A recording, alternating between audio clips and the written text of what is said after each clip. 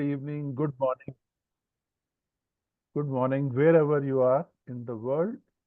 And so we are actually very excited for this session today. I think it's a beginning of a series of sessions that we are planning for team coaching.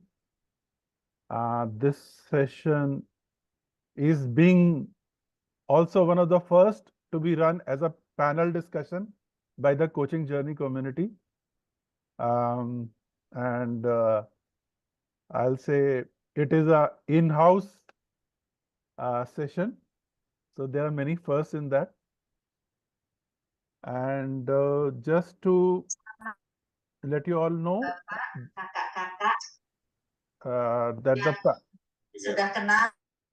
that the panel comprises of Raya, Preeti, Arun. Uh, they're all three of them are ACTC certified, team coaching certified. They're all part of the coaching journey community. And you might have interacted with some of them or all of them. So I'll just request all of them to give a little bit tell about themselves. But before I do that, I'll just let you know that the session will be having a hard stop at 6:30 India time, and we'll start winding down by 6:15. We will take questions towards the end from all of you. So before that, we will be uh, um, having some discussions that we think are important, and you can keep your questions toward the end. So over to you, Rhea, to introduce yourself, and then Preeti, and then Arun. Hi, thank you, Sandeep. Thank you. Hi, everyone, and thank you for joining us for this intro to team coaching. My name is Raya. I just received my ACTP 2 weeks ago, and I would like to share my experience because I did team coaching, group coaching for years, and I wanted to receive some international accreditation so I can go with this accreditation to any place, any company. Thank you. Preeti. Yeah, hi everyone. Very good evening, very good morning, wherever you are. So thank you, Sandeep. My name is Preeti, and I believe many of you have seen me earlier also here in the coaching journey sessions. So I have earned my ACTC credential in the month of March, so not very old. And I'm a PCC coach, and I've done some team coaching assignments and have been doing right now also, and really excited to have in this session and share my experiences and insights, whatever I've gathered in the journey. Over to you, Arun. Thank you, Preeti. Thank you, Sandeep. Hi, everybody. So I have a slightly different background. I've had several decades of experience in the technology sector, in the corporate sector, with people like Dell and SAP and Intel and those guys. Obviously, along the way, you do get a fairly good experience in team leading, facilitation, mentoring, but really not coaching in the true sense. So I am only a year old in my coaching journey. So I just got my ACC in February. I got my ACTC in April. Have had some real world experience in individual executive coaching, but virtually none in team coaching. So it's kind of ironical that I get a accreditation without actually getting my feet wet or getting my hands dirty in the real world. But that being said, there are a few opportunities that are coming up, and I'm really excited to take a fair amount of life experience, but bring coaching into especially a team context. And just 30 seconds of why I am drawn to team coaching is really one of my mentors mentioned that in his experience, executives can leave and join teams, but generally a team tends to be a little more stable than an individual or a team member in the team, barring restructuring and things like that. So some of the goodness of coaching in a team context tends to be a little more sustainable with the company and the sponsor. So in that sense, team coaching has got its own unique dynamics, but also the goodness of coaching staying on in a more sustainable fashion is a little different when we coach a team than an individual. So that's kind of what drew me to team coaching, but absolutely in the learning journey and sharing journey with you all, and looking forward to a nice discussion. Thank you. So thank you. This session is actually a result of all the, conversations that we have been having in the group and the curiosity about team coaching. From people who have not been certified in team coaching and would like to get into team coaching. So I think the first question that I would like to ask the panel is that what, according to you, is team coaching and how is it different from one-to-one coaching? Any one of you can take it, Preeti, Raya, or Arun. Raya, you want to go ahead? Okay, I will start. So for me, team coaching, it's really goes there to the dynamic of everyone's opinion, and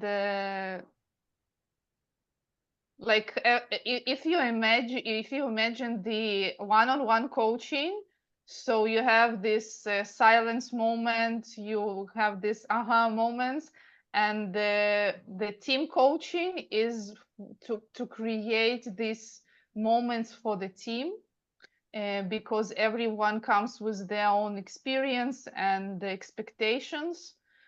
So for me to grow the teams and to deal with the teams, it's something that empower me to empower more people. It's really like something that I want to do. Yeah, Preeti. Yeah, I don't know. My video is just acting weird today. The Zoom is not liking my face, so it's getting switched off again and again. Anyway, so for me, one-on-one coaching, we all know what is one-on-one coaching. Team coaching is doing all of that, whatever we are doing in one-on-one coaching, in the group or the team of 8 to 10 people, and you have to hear all the voices. You have to hear all the unheard voices also, whatever they are not sharing, whatever they are sharing, and the team is complex. The whole complexity is there. So the team coaching is different. It's in a very different level. I can say the coaching is at one level, and then you have to multiply that to 8-9 levels, and doing the coaching together of 8-9 individuals at the same time, and giving the same presence, giving the same coaching mindset, and giving the same trust to everyone. So it should be balanced for everyone. So that is what team coaching for me is, that it's complex, but it's challenging, and it's interesting also, exciting also for me. That's Arun? well said, Preeti. Yeah, I mean, yeah, to me, just to add on, what both of you have said, what's interesting for me in team coaching is the team has an objective that's more than the objectives of the individual team members. And the whole idea is how do we coach the team as one entity and encourage a common identity if one doesn't exist, and have everybody marching towards that team goal. I mean, in individual coaching, it's a little bit of a self-contained, safe cocoon with one person with that person's objectives. You multiply, as Preeti said, by 8 or 10 or 15 or 20, the dynamics become way more complex. And I can't think of a better definition than what ICF has, honestly. And I mean, if we could show a slide, I think we have put together that side by side compares the definition of an individual and team coaching. You will see similarities, but you'll also see some interesting differences. So we'll see if we can show you that slide in a moment. But Yeah. I would say every word in the definition is well intended and well placed in that definition. And the whole idea is to get the team a certain level of team cohesion and a certain level of accountability and a certain sustainability, so that the team can continue with the team leader after the team coaching sessions are finished. And it's a new and improved dynamic that the team has in marching towards their common purpose and shared goals. So maybe Preeti, you want to kind of expand a little on these definitions, if you'd like. Yeah, so basically, as I said earlier also, it is with the team, it's a totally different dynamics and it's a totally different relationships. And pushing all of them together and seeing them as a single entity and moving them towards their shared goals. That's a very important one in this one, that they should have their common purpose and shared goal. And they should all work together as one entity for their purpose, common purpose and shared goals. So that is the major difference over here. Yeah, and one other thing is,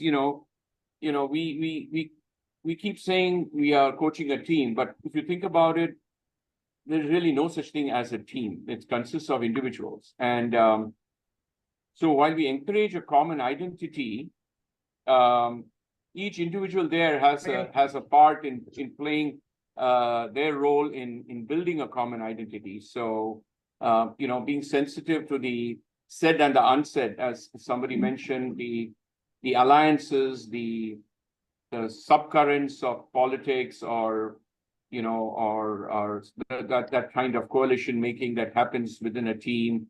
Being able to read that is really essential, and it takes a lot more energy to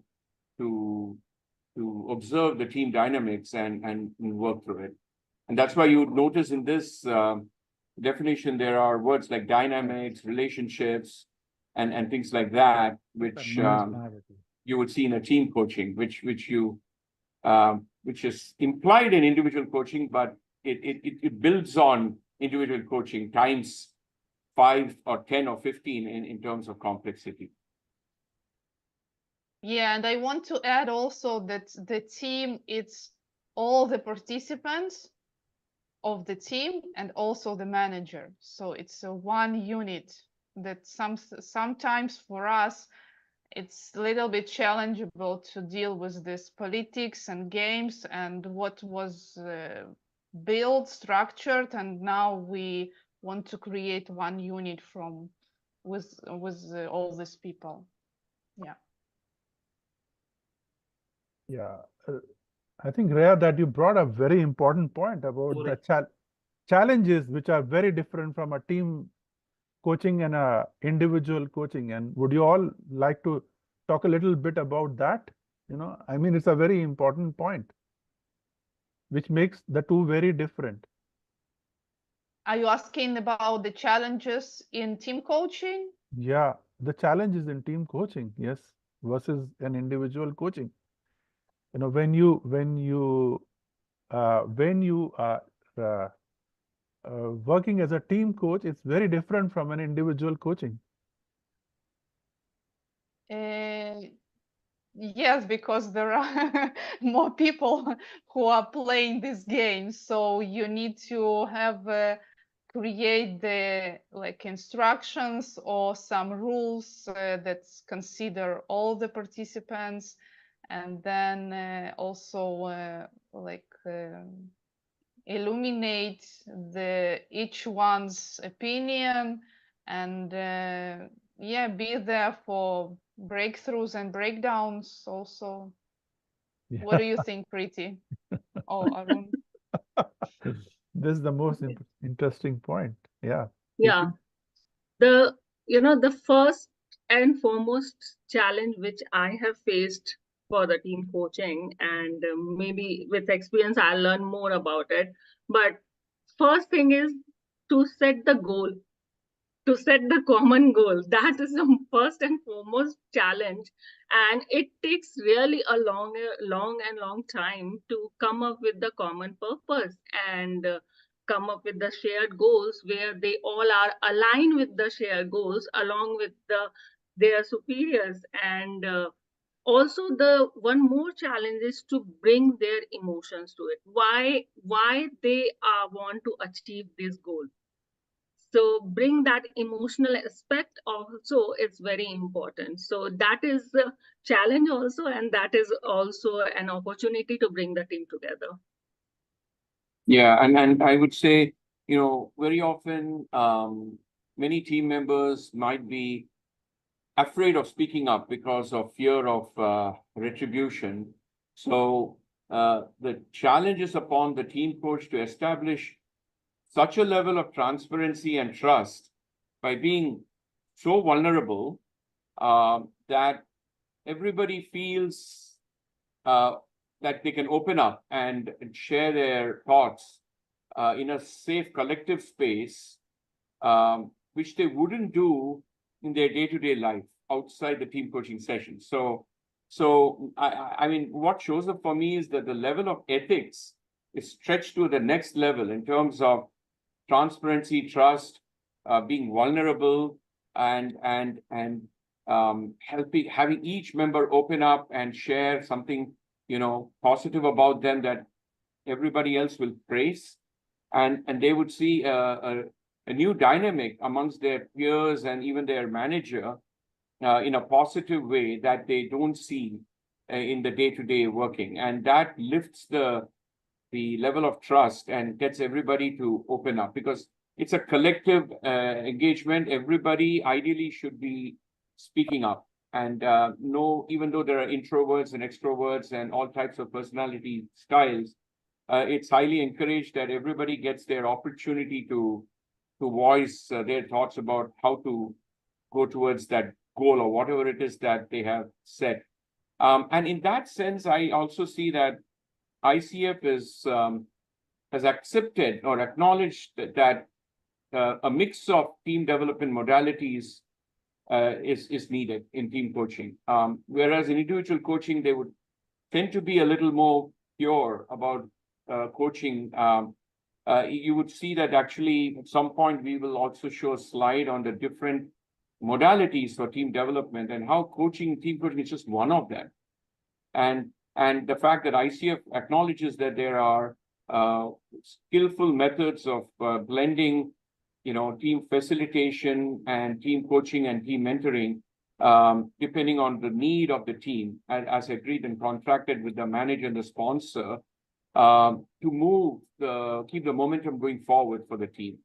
And also ethically, if the team coach is capable in a modality, he does that. But if he or she is not, they bring in an expert to collaborate with them across those couple of chosen modalities for team development. So there is that aspect that is also a little different we see from individual coaching, the allowance for different modalities. So if it makes sense, Sandeep, maybe we could transition to that slide, because I think that's quite central to the understanding of team coaching relative to other development modalities.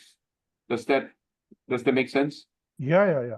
I think actually that is what is the normal, natural transition. That is what is coming to.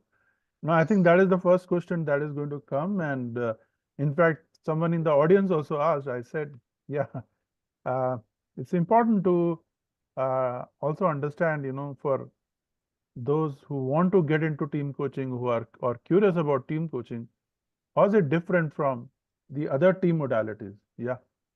So maybe all three of you can share your light and how you see it. So while there are, theoretical differences, but it's all also about how you see it. Yes, so it's mostly the difference between the team coaching and the rest of the team development processes for me the team is one unit, and that's the team is an expert, not the coach. And also that the process will take I don't know, maybe 3 or 6 months, so we can go deep and create a new behavior or new level of trust in the team. Yeah, and also if you look at the last column under team coaching, and if you look at the process, the second row, you would see that in most other modalities, the owner is the team builder or the trainer or the facilitator, but in team coaching, it's a partnership. And that's kind of a little different compared to other modalities and very similar to individual coaching. And if you look at the last row, you will see that the ownership for team coaching is the team. So in that sense, those principles are pretty consistent with individual coaching. But the challenges with the team coach to nudge and keep the forward momentum using a mix of modalities, but letting the dialogue, the collective dialogue, stay with the team and be owned by the team. So the sophistication or the subtlety is a little bit more here compared to individual coaching, which is, you can say, a bit peer-to-peer. But here, how do you preserve that peer relationship with the whole team when there are hierarchies in the team, by the virtue of the organization structure, but you let the team kind of own the dialogue. So even if the team were to throw a question at the coach, how does the coach gently reflect it back to the team for the dialogue to be with the team? So in other words, it starts with team to coach to team, but at some point, the coach needs to make it team member to team member dialogue. So that's it. And again, if you notice the last statement at the bottom, ICF recognizes that you could use these modalities overtly or discreetly. So in other words, you don't have to be very deliberate in shifting hats. As we've been told in individual coaching, you can blend it a little bit more. I think there is a comment that the last column is getting blocked. So Sandeep, could we not do the whole screen? yeah, that's good. Now it's okay. Yeah. No, it's okay. Now it's okay. Yeah. So that's kind of what shows up in terms of the nature of team coaching versus. And this chart you see here is a very critical chart also for the accreditation exam. I mean, especially in the MCQs, you get quite a bit of questions that assume this level of information is internalized. So, yeah, any other thing that any one of you would like to add to that? Preeti, Raya? So right, what Arun has said, he rightly pointed about the team, that ownership of the team. So it is like team coach sometimes has to be just a silent observer, just be there with the team like a ghost, and let the team do the work. Also, very important point Arun has raised is about that we can use any modalities. So team coaching comes under the team development, and we can use any additional modalities without any information to the client, like without sharing to the client, like we are changing the hat. We don't have to. So we can do it as needed, as per the need of the team. So we have to play the role of the silent observer. Also, we have to play the role of a nudging the team. Also, we have to play the role of sometimes mentoring also. But team facilitation is what ICF has suggested, that it is more near to the team coaching, where we can use team facilitation sometime and less of team training and consulting and mentoring. Yeah, and also I want to add that sometimes it does not matter how we explain, like it's matter, but sometimes it doesn't matter how we explain what is team coaching. The team is so regular or so automatically receive us as a consultant or as a trainer or as an expert. So at this moment, like when we have like, okay, what we want to do now? Do we want to do some strategy? Yeah, let's do strategy. Why did you decide to do strategy? Ah, you just said that we will, like, it's really develop the voice of each one in the team when we are the coaches and we give them the responsibility to lead the process. Yeah. So I think one of the questions that that might be getting into the minds of participants is that why are organizations going for team coaching? Would you, any of you, like to answer that? I mean, there is a related question to that also, which is, why did you decide to go to for team coaching? You can take both together or sequentially. I mean, both are interrelated, I see. Yeah.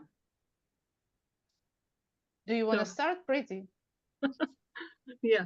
So for me, why I have started this journey, I just wanted to explore further.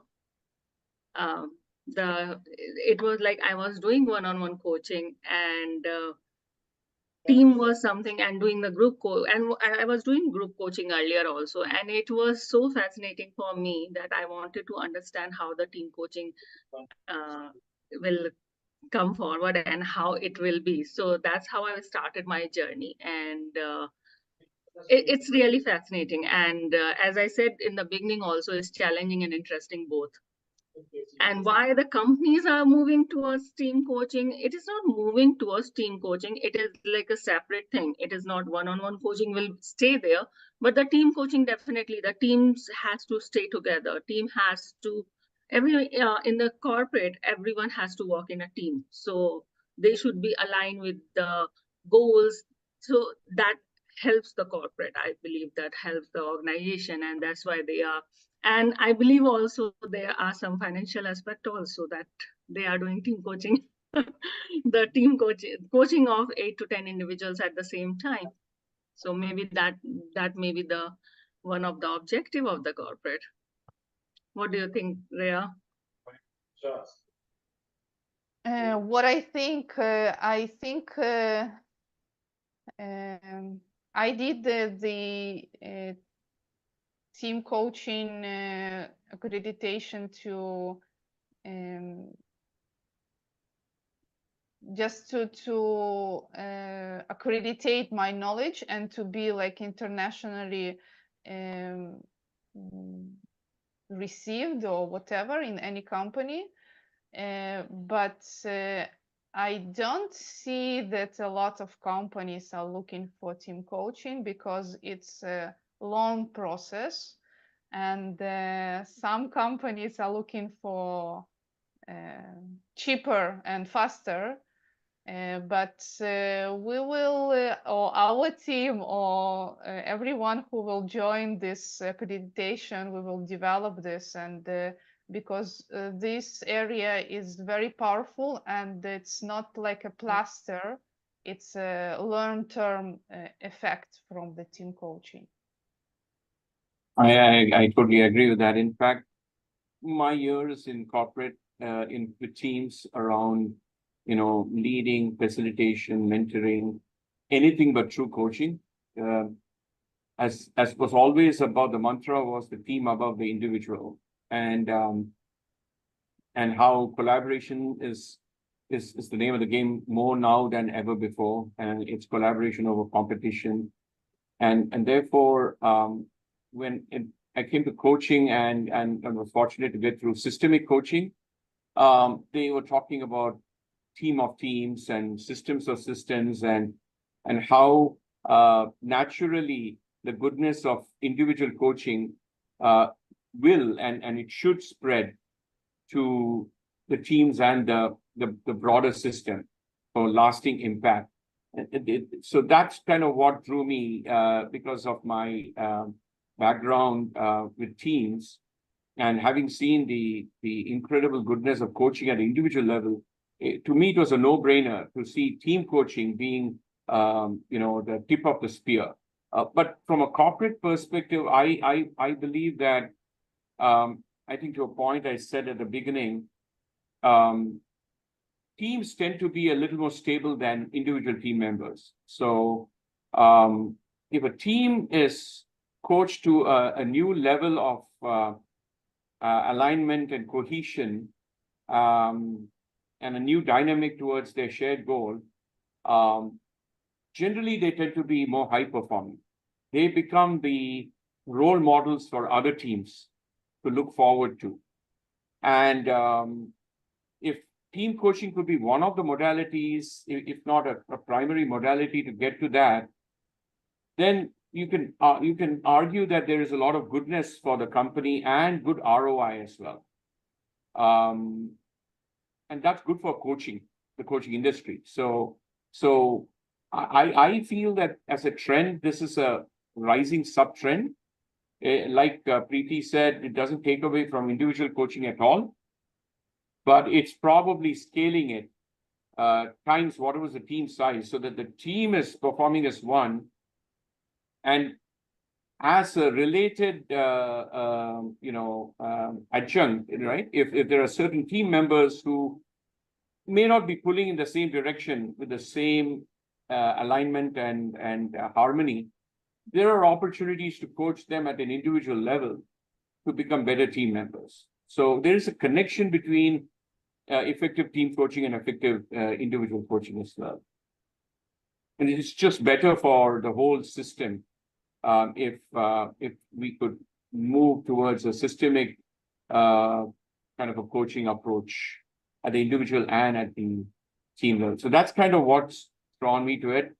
I agree that it's way more complex and way tougher to crack in the real world. That's why I'm very envious and I admire what Raya and Preeti have done, and I'm putting my feelers out, and there are some initial potential opportunities. For me, not working for a company, an accreditation is baseline to even be considered.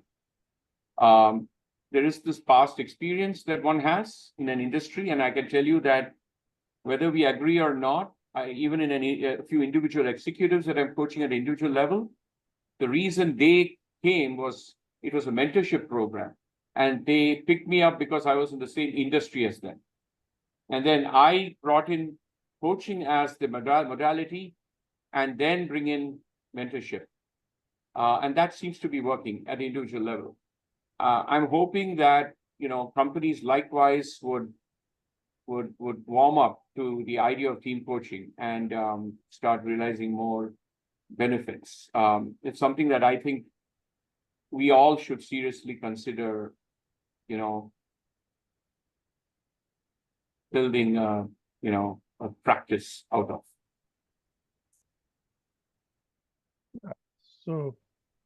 So what I'm hearing is that team coaching is a evolving profession, and I must say that ICF has done a great job in terms of promoting team coaching and giving it a structure. To say that team, because it is giving more credibility to this process, to this, I think somewhere to this whole structure of team coaching.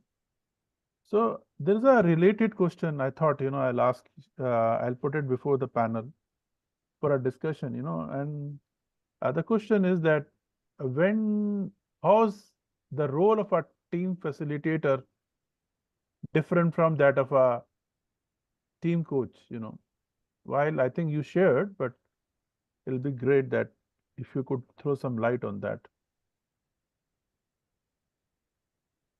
I think it's maybe a little bit similar to the not like every coach and every facilitator. You have, as coaches, I think you have coaching with ACC, PCC, and MCC, and I don't know if you know, but you feel the difference. You feel how the person work with their personality and they work with the competencies of ICF. So this is the key, I think, of the competencies of team coaching. We see the facilitator. Yeah. Preeti or Arun, any thoughts? Yeah, Preeti, you want to go first? Okay, so I mean, again, I have done team facilitation. Like I said, I haven't actually done real world team coaching, but what I'm given to understand, and actually I was in this interesting ICF led discussion actually with people from the International Facilitation Council. I think it's called IFC. I can't recollect what it's exactly called. And let me be honest here. While that was meant to clarify the differences, the similarities between facilitation and coaching was more apparent in that. And it led to maybe definitions being used a little bit differently by each. But the way I try to clarify to myself is facilitation is a little more short term. It's around a specific process or a way to solve something that that skill needs to be developed, or a process discipline needs to be developed within the team to get to a certain clarity. For example, how does this team communicate to another team in a particular manner? It's very specific. It's got a specific end in mind, and once you get the clarity, it's over. And it's often facilitator led, based on a certain level of expertise on process facilitation that facilitator brings to a particular domain. Whereas I think, to the point that Raya mentioned, coaching is much more long-term. It's a lot to do with team dynamics, with alliances, with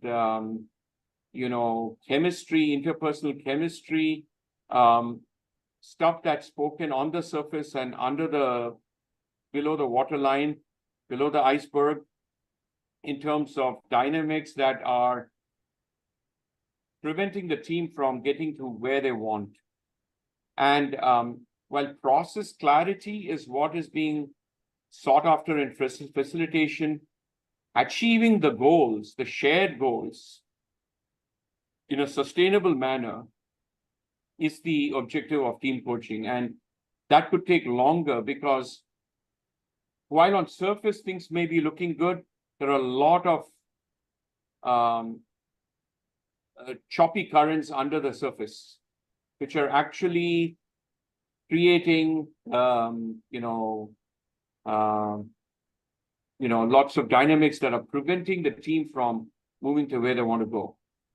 Some sabotage and stuff like that happening. So how do we uncover that in a highly safe space where newfound trust is built, a new dynamic comes into motion, and the team achieves a new level of cohesion and trust? So it's a whole level different dynamic, and team dynamics are integral. Interpersonal dynamics are integral to coaching. They may not be central to facilitation, and the ownership is with the team, whereas clearly in a facilitation the ownership is probably joint between the facilitator and team. And in team coaching there is a close partnership between the team coach and the team. It's not just about facilitating the dialogue between the team, but a very close partnership.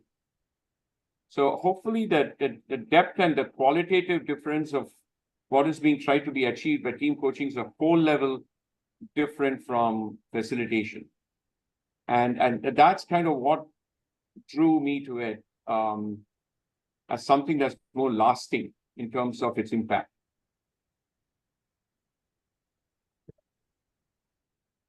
Yeah, impact is, I think, the most important point, which is very different from team facilitation. I think team facilitation is more of a short-term objective, and team coaching is more of a long-term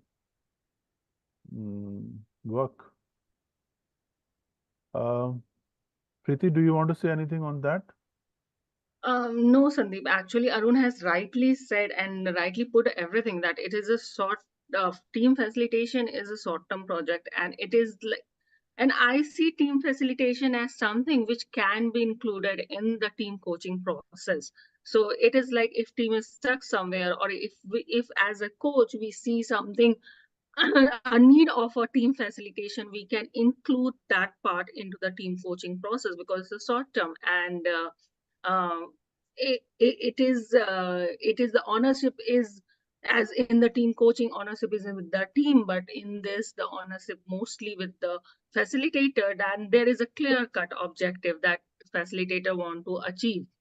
So that's the major difference between team facilitation and team coaching. And Arun has rightly put everything there. And to Preeti's point, even things like team building, one could use in team coaching. You want to break the ice, and I have some very good examples that Raya and has used as team icebreakers, which you want to do to first build a certain dynamic with the team that doesn't exist today. So some of that team building approaches early on in the cycle of maybe 8-10 team coaching sessions that may last through 6 months. That's probably the scale at which some of these happen. It doesn't have to happen like that all the time, but it's definitely ongoing work that happens much through the competencies. Every competency at an individual level is mirrored by a team competency. In fact, ICF has 8 team competencies. The only thing that differs is the sub-competencies are add-ons to the individual sub-competencies. But they are exactly 8 and exactly the same definitions. So the concept is the same, but just the way it is applied is at a slightly different level of scale and scope. Yeah. So I think what I'm getting, by listening to all of you is that team coaching can actually use all the modalities. It can do everything that the different modalities allow. You can use everything, all the modalities in the team coaching as a part of the process. So do you want to share anything about the team coaching processes and that are there, and any challenges that you faced, Rhea or Preeti or Arun? Rhea, you wanted to go? Yeah, I want to just there is a question in the chat that maybe we missed. How do you handle a member who is not coachable in team coaching? So very interesting question. And what is going on when the coach is not the expert and the team is an expert? And if someone, I don't know, what does it mean? It's not coachable, like he's or she's against every sentence. So we ask the team, what do you think we should do in this situation? What do you like? What are your ways to solve this? It's like a different way of solving some difficult areas of or communication or conflicts one in front of the other, like not behind the stand, not in a silent, not in the emails, not but openly. And this is this, yeah. Just Right. yeah. Right. So openly discussing what is happening, and team, as we said earlier, also team is a single entity here. So basically, whatever coach is feeling, whatever your coach is seeing, unheard or heard, they put forward that to the team. That what do you think about this? What team is wants to do in this situation? What is happening here? What do you think? What do you think this is something which is happening here? And if yes, how?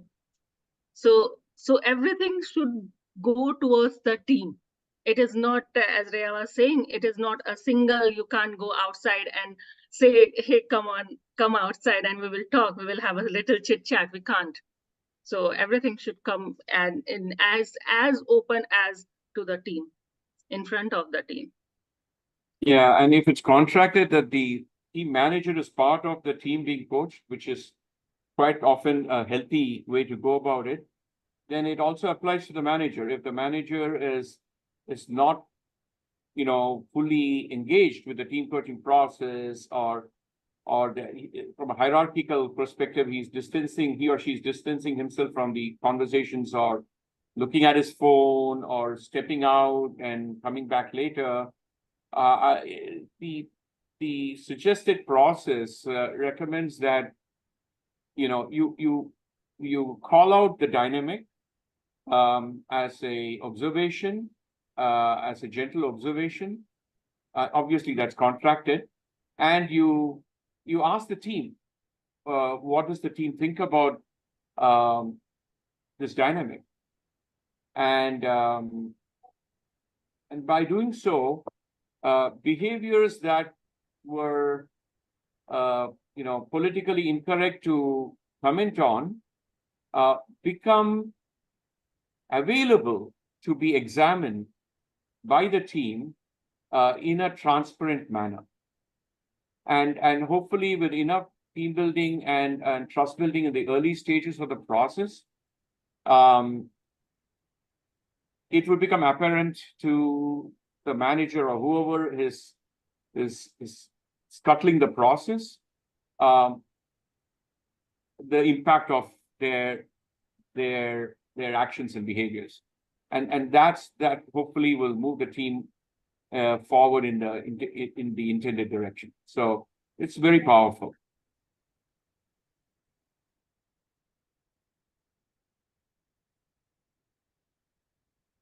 We can't hear you, Sandeep.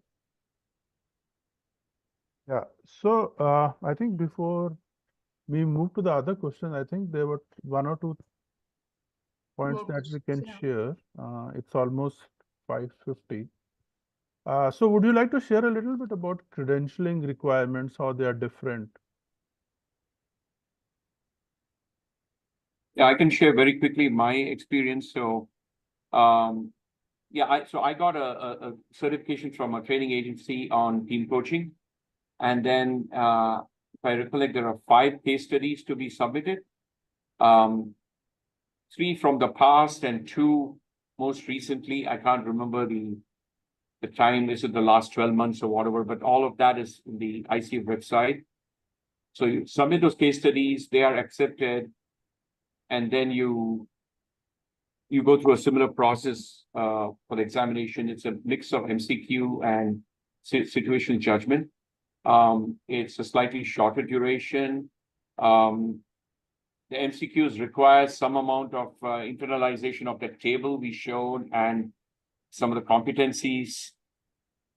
The judgment questions, I found them to be probably as complex, if not even more complex, than the individual exam. The reason is that the scenarios are not so clean cut. If you do the ICF questions for ACTC, and Solutions Academy has also got a list of, I think, I don't know how many questions, 40 or 50 questions. They are very aligned with team coaching itself, but the exam itself talks about complexities arising from a certain dynamic in the team, and sometimes the manager in the middle of the process of the team coaching, wanting a different outcome, falling out of alignment with the team coach, some of the dynamics that come and the complexities that come out of individuals scuttling the process. And so the big takeaway for me was, don't forget the individual competencies when you go and write the team coaching. You build on top of that. You clearly understand the individual competencies and the team coaching as an add-on to it. Because at the end of the day, you're dealing with people, individuals. There's no such thing as a team out there. While we are working towards team as one entity with a common identity, there are all these interpersonal dynamics, and sometimes stuff happens outside the room, which needs to be managed and brought in with permission into the room for the team. But you can't sometimes help it if the manager wants to go and have a separate chat. And those conversations are back to the individual coaching space. So we got to go with that overall mindset, plus kind of a thing. Don't consider team coaching as a silo separate from this, even though the two can happen separately in real life. Team coaching, in my humble opinion, builds upon individual coaching, but it's applied to a team. So there are additional competencies. So those would be some observations. Any from your side, Raya and Preeti, for the accreditation?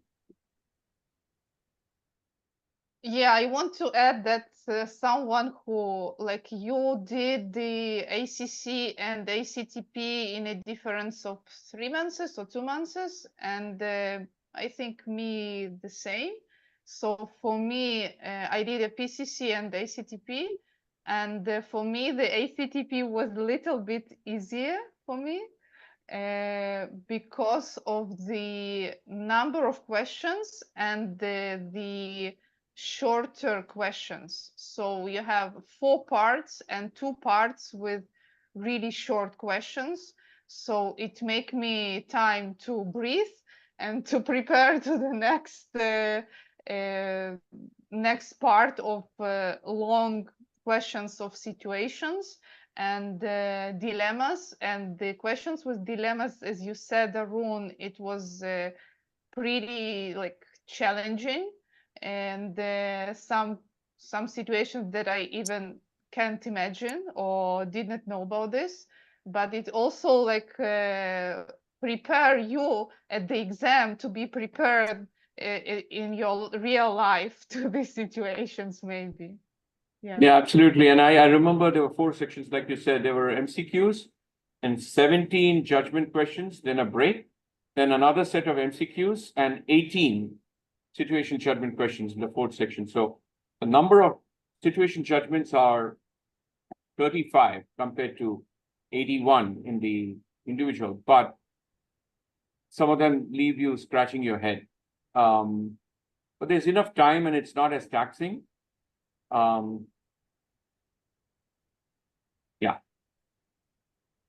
Yeah. So as Raya and Arun was saying, it's not that challenging. And I also did PCC and then I did ACTC I think in less than a month time period. So for me, it was like ACTC was okay. I have done it earlier. I can do it for you also. So ACTC was the multiple choice questions was definitely very, very easy. And if you have a knowledge and if you have really understood what the team coaching on all of the competencies and the differences between the different modalities, it's easy. But for the situational questions, definitely you have to think through, and the time is not enough to think through. Also, it's really challenging, and as Arun was saying, it's complex because you have to understand that one-on-one. At the same time, there is addition of so the team coaching competencies are not separate one. It's a supplement to the one-on-one. So they are, if in one-on-one coaching, in individual coaching for the PCC markers, if for the competency one, if there are 10 points, you can add another 4-5 points to it, and that becomes the team coaching competency. So it is complex, and the questions, because it involves lots of people, and it in the simple, if you read it, team, like I was telling to someone that if you read team member and if you read team members, the difference is there. So you just have to be very, very careful while reading the question also. It really makes the difference in the understanding and answering the question. So it's a little bit difficult, and the process of filling the form is little lengthier than the individual, the PCC and ACC, because you have to fill up the whole case studies, and you have to write about it. You have to write what you have done there. You have to reflect there. You have to write the case study. So it will take time. It takes time, but it is doable. Yeah. So I think just to say more clearly that there is a difference not only in terms of the exam, but there is also, you have to do some 5 actual case studies. You have to actually do 5 team coaching, just like we have to do 100 hours or 500 hours. Here you have to do 5. You have to get experience of 5 team coaching and plus supervision, I think. Plus Can supervision, yes. Right. We have missed that. That is a very important part, because supervision is the important integral part of the team coaching process. You have to go through the supervision for filling the form. Also, you have to write that you have went through the supervision. You have to give the supervisor's name and all of those details while filling the form. Yeah, so even the process is slightly different. So some questions are there, I think. So do you want to say anything, Preeti, Arun, Raya, before we take more questions? No. Okay. So one of the questions is, has any of the panelists used Peter Hawkins' model or David Clutterbuck's model? If yes, how does that fit into the overall scheme of things? So have read about it, but not used it yet. Same here. There are many videos on YouTube on both these that give a very good sense of this, but no, haven't used them. I know I cut you short there, Raya, but I'll just take 30 seconds if it's okay. I mean, there are a couple of different approaches in team coaching I'm seeing. There's certain schools that say you got to be part of the dialogue and you need to move in and out of the dialogue. There are certain schools that say you got to watch it like a witness and hold the space, but let the team talk. You just observe and don't partake in the dialogue. So there are a couple of subtle nuances. Honestly, at my stage, it's still wide open in terms of what works. So, but yeah, there are some really good videos that give a good sense of where some of these people who have been doing it for decades come from. Sorry, over to you, Raya. No, I didn't use. Yeah. So there is a question. There are 2 questions actually. They are interrelated. So the first one of the questions is, what is the typical duration of a team coaching engagement assignment? And the second one is asking, for those 5 coaching assignments that you have to submit, is there a minimum duration? So there is no duration for team coaching assignment. It is not like that. It is not prescribed that you have to do for the 6 months, 8 months. It's not, or how many sessions. It is not prescribed in that way. But definitely the questions and the form when you fill, it will judge that you really have done good amount of sessions over there. So it is not about the time period, but it is about your learning and experiences all along the way.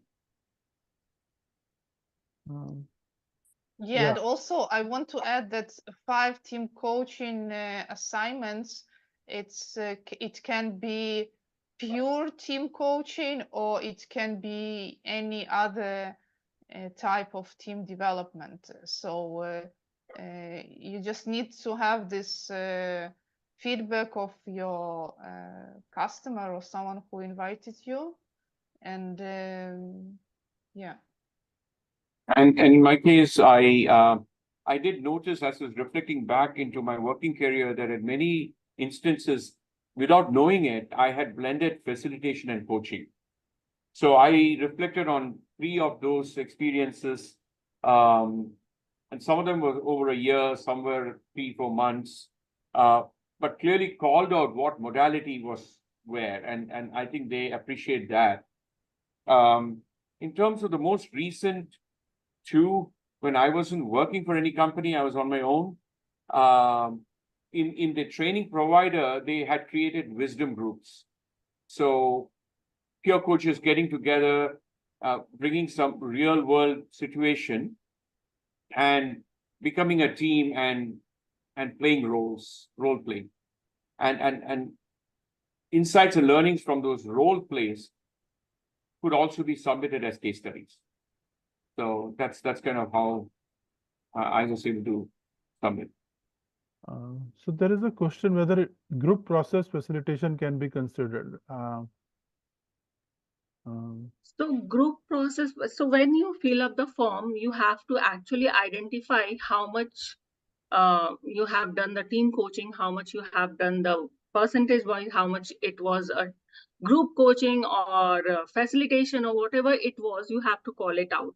And in my experience, I have done all 5 of them had some elements of the team coaching. So I'm not sure about the fully 100% facilitation, how the ICF will take it. So I have no idea on that.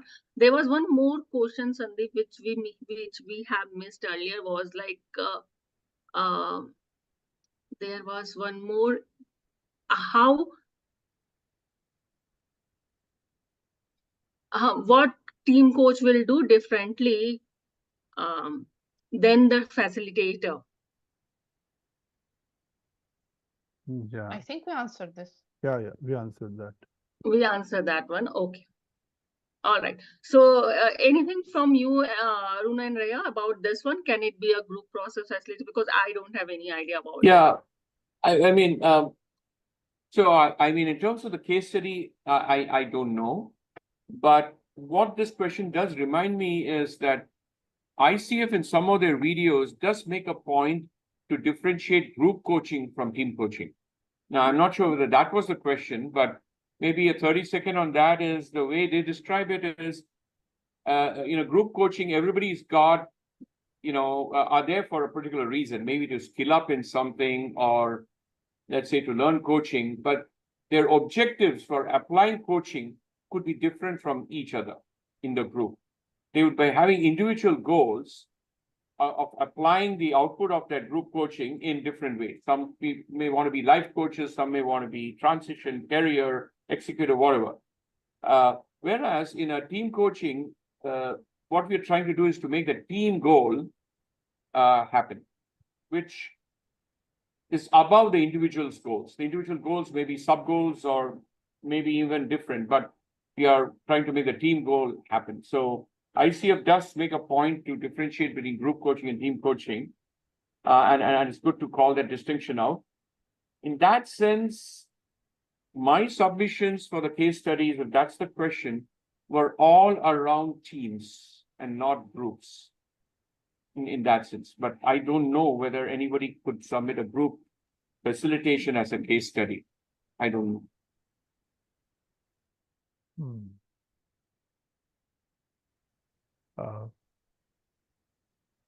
Right. So, Preeti, Raya, Arun, would you like to share something? I think we had one more slide that you wanted to share.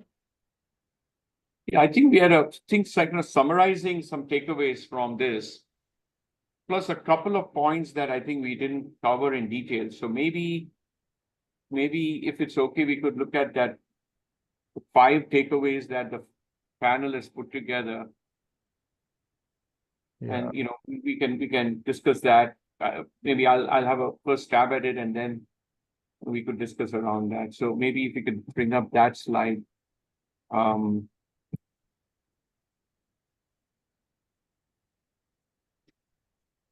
Yeah. So I'll very quickly share a couple of things I think we didn't cover. What we clearly talked about team as one entity with a common identity. Even if the team came in without a common identity, and that was the problem, um, the team coach is encouraged to encourage the team to work towards building a common identity, because that's kind of what's going to make them cohesive as a team, where the team is more than the sum of the individual team members, right? So you get that synergy. So that's that first point. I think we talked about it quite a bit. There's this element of team coach supervision, which came in our discussions, which basically about, and Ryan, please chime in. It could be quite an experience for the team coach to go through a process where you're trying to get a team to get their act together. I mean, in the best case, or behave themselves in the worst case, right? And what I think it's in the second competency about mindset, if I remember, that supervision is mentioned, which is the team coach is encouraged to have regular supervision, to basically get support for themselves, the team coach, and accountability. So how do we make sure the team coach, he may have some sessions that did not go well. The team were bickering, they didn't listen. Maybe some of them pounced on the coach, and the coach is feeling pretty shitty about the situation, if I'm gonna use that word. So how do you get to a supervisory situation where you get supervised to build back that forward momentum for yourself, and get the support and development and accountability you need to bring that forward momentum to a team, because that's what you're supposed to do. So that's the team supervision piece. The other thing is, typically beyond 7 or 8 people in the team, it becomes hard for one coach to maintain the presence and observe everybody. So again, the opinion is divided whether it is 12 or 13. I know that in the submission for the case study in ICF, if I'm not wrong, it said if you had a team of greater than 15, you need to have a co-coach, and call that out. And that's there when you fill out the case study. But in all the the general training, it's like a number of 8. More than 8, it's good to have a co-coach to also observe the rest of them and maintain presence. So the co-coach is important. The roles between the coach and the co-coach are really important. The coach drives the process, the co-coach observes and shares and reflects. So that's the third one. We talked about 4 and 5 in various cases. The team owns their collective dialogue, and the team coach reflects the dialogue back to the team so that they own the dialogue and they build the interpersonal chemistry to sort out conflicts. And of course, the team coach can help to set norms and rules to handle conflict, but the team has to adopt it and make it their own. So those were the 5. Anything you want to add to these, Preeti or Raya, as the 5 key takeaways from what we discussed so far? No, we have covered actually almost everything. So we have tried to cover. So we want to actually hear from the audience at this moment, that if there is anything specific, if they want to hear, because we only have 15 minutes left. So anything specific if they want to hear. Yeah. So there is one question, Preeti, which is how many members need to be minimum in a team? There is a question whether 2 can be considered a team. Yeah. Yes. 2 is a team. Yeah. So over to audience for any questions. Any other burning questions anybody has? We will have more sessions. We are planning more sessions on team coaching very soon. Sandeep, could we switch a little bit, like not switch, jump to the last slide? So, Yeah. Kavita. Yes, Kavita. Yeah, hi. Thank you. It's very useful session, and because I'm considering team coaching. So my question is, two organizations they contacted me. They want to be they have some dynamics between the founder and the co-founder. So they didn't want the other the employees to be a part. So is even that is considered as team coaching by ICF, and can that be submitted as a case study? Yes. Right. As per our understanding, yes. Yeah. The team is defined by the client. The client defines the team that needs to be coached. So it could be a team of two. Yeah. And yeah. Thank you. Thank you so much. So Preeti, last slide. Raya wanted to share Yeah, that. I wanted to bring some joy or some Yes. surprising. So sometimes this is my case from my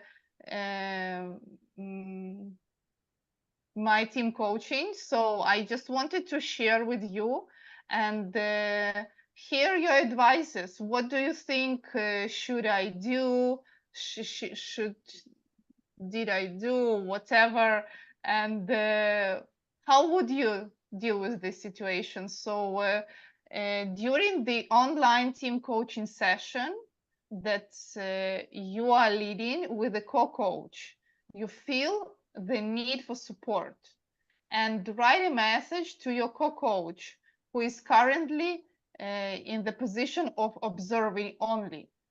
So I wrote her, do you want to add something? However, she did not see my message and continued to observe the session, okay? And after 10 minutes, she saw the message and she jumped into the session and she started to lead the session. And I wrote her, please stop. Please, like, could you give me the opportunity to lead the session? And she did not stop. She did not see the message again. And after 10 minutes of leading the session, she stopped and I jumped to continue the session. So what would you do in this situation of, I don't know if it's technical issues or if something that we needed to discuss before, but you already in this situation. So what would you advise me to do differently?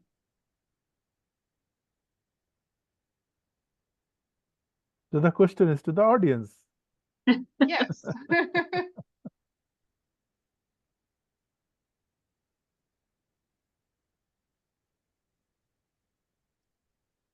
So I want to add one more sentence over here that in the team coaching, it is not only the team which is a complex structure, it is also sometimes a co-coach.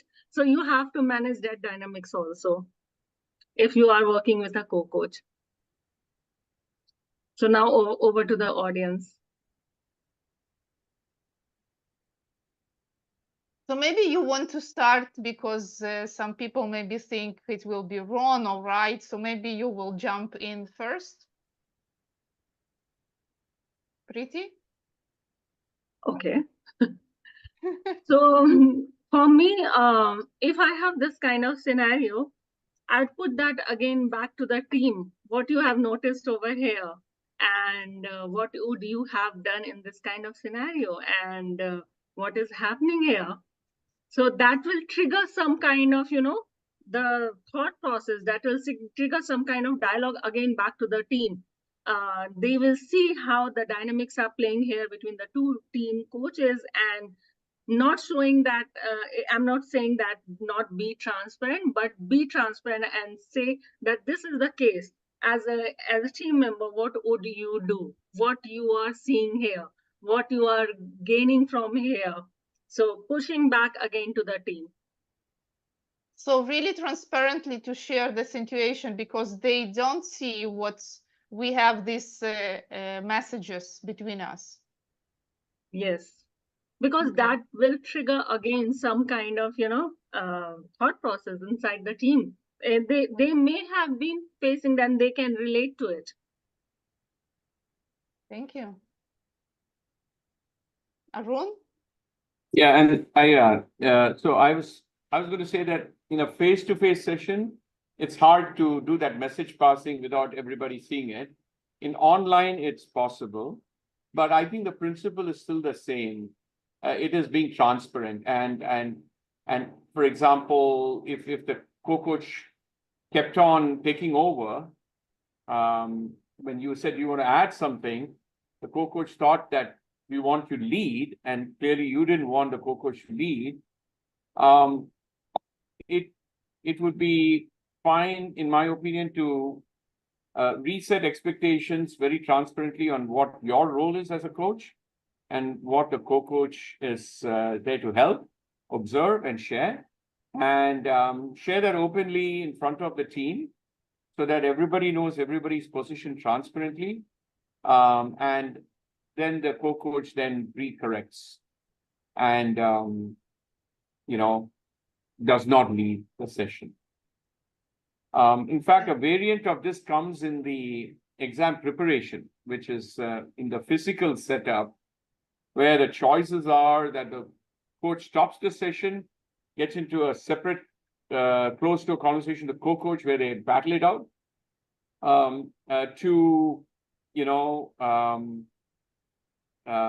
just doing nothing and letting it go, to winking to the group that don't worry about the co-coach, he or she's off script, which is not being transparent, to very publicly, sharing it. So there are 4 options, and the best and the worst. So this is a very, very good example, and it can happen if we have a co-coach. Yeah. Right. Thank you, Arun. Any ideas from the audience?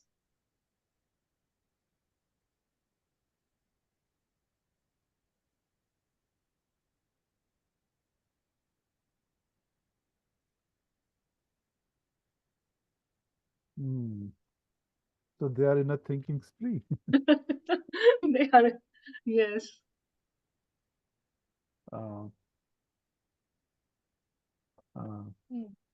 Yeah. Juna saying, let it be and proceed. Mm-hmm.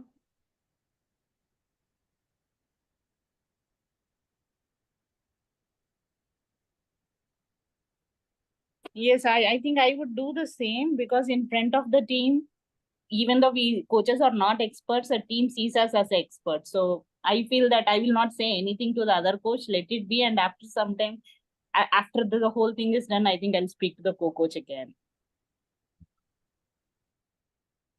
Thank you.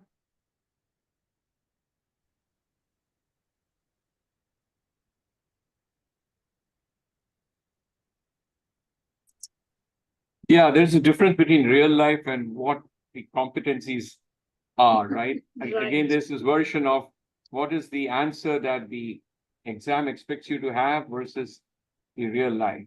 In real life, we'll have to apply a relationship filter also, right? But the direction is be as transparent and as open as you can, to the point of being vulnerable yourself, more vulnerable than in individual coaching, because there it's just you and your client. Here it's like 7, 8, 10, 15 people, a manager and you and a co-coach. And they will, who knows? I mean, we say confidentiality, but in real life, there could be experience sharing going on in the organization on this fantastic thing called team coaching and how it's going. So it's out there, it's wide open. Yeah, and the same time, we as a coaches are never an expert, either in the individual coaching or team coaching. So in the individual coaching also, being vulnerable, that is our competency also, that if we as a coaches can be vulnerable, that is the best thing to do. if we can't be, we are doing partnership, and if we can't be vulnerable, how can we expect our partner to be vulnerable? So that is my That's a view. great point. I mean, we are making vulnerability almost like a virtue, right? And hopefully the team also picks up on that. And I mean, great teams are, you can openly challenge within the team, even if something is going wrong, and don't fear getting shot down, right? And that comes from vulnerability. Yeah, great point.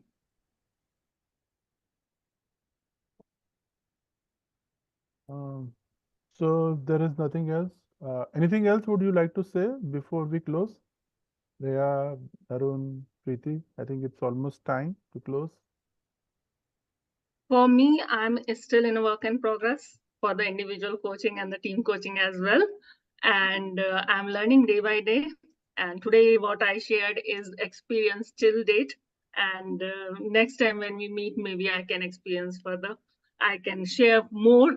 I can share more stories, and I'd love to share, sometime the stories of the team coaching cases also. And I believe Raya and Arun also will we will join on that we can share some cases how we have handled and all of those things.